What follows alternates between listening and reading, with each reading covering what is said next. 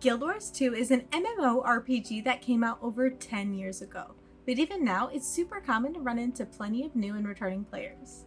Hi, I'm Sky from Dubsnatch, and here are 5 of my top tips for new and returning players. Tip 1 is learn the helpful shortcuts and hotkeys. Guild Wars 2 has many shortcuts and hotkeys that really improve quality of life of the game and make things easier on players of all experience levels. It's vital to set up, learn, and actually use these hotkeys and shortcuts to your advantage. Some of my favorite commands are actually the wiki commands for chat.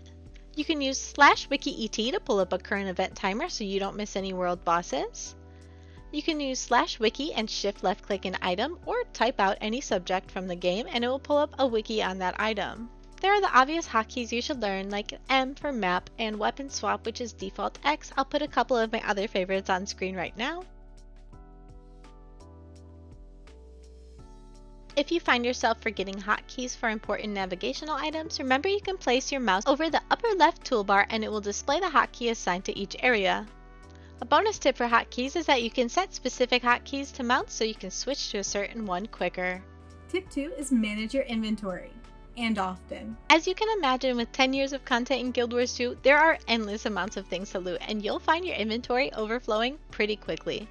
One of the first things you should invest in when you get a few gold is larger bags. You can pick up larger sized bags to increase your overall inventory space on the Black Lion Trading Company. There is currently a free 24-slot bag available if you sign up for the Guild Wars 2 newsletter. You can find a clickable link in the game launcher. When you're in your inventory, you can also click this icon to automatically deposit any material into your material storage, as long as there's space. You can check your material storage anytime from any bank or crafting station. It's also important to learn whether to sell or salvage unwanted gear. You can pick up salvage kits from merchants across Tyria. You can also access the Black Lion Trading Company from almost anywhere and anytime. If you want a more detailed guide on when to sell and when to salvage, please let me know in the comments. Tip 3 is participate in the community. With a game named Guild Wars 2, you probably saw this one coming. And luckily, Guild Wars 2 doesn't disappoint. There are plenty of options for group content in this game, and there's something for everyone. One of the best things about Guild Wars 2 is the community, and you really won't get the full experience of the game until you give group content a try. You can easily find recruiting guilds in map chats, the LFG window, or just by making friends with players and groups around you. You can find commanders on a map displayed with this icon, which may or may not have kitty ears. They are the same thing. If they have an open squad, you can left click on them and select Join Squad to join in on the action.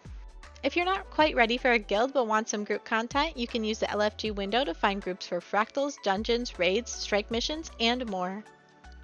Overall, a majority of the community is so nice and helpful, and if you're ever looking for help or guidance or have a question, simply ask in map chat and you're more than likely going to find a friendly player willing to go out of their way to help you. Tip 4 is do your dailies.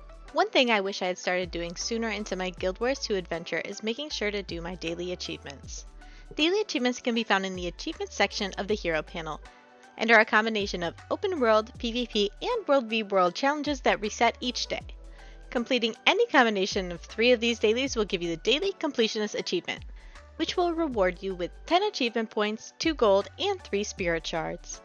And tip 5 is try out your profession before completely committing. Joining the PvP lobby as a new player sounds extremely intimidating, but don't worry, you don't have to jump into a game if you don't want to. There are open areas for PvP in the lobby, and there's also plenty of training dummies. The PvP lobby is a great place to try different professions and find a playstyle and build that works for you before committing to leveling up your character to 80. When you go into the PvP lobby, your character's level will automatically be adjusted to the maximum level, 80.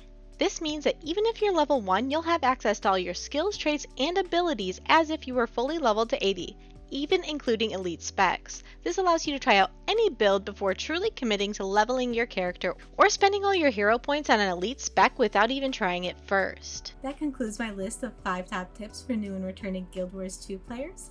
For more Guild Wars 2 content, make sure to like and subscribe. And for epic gaming gear, make sure to check out our website, dubsnatch.com.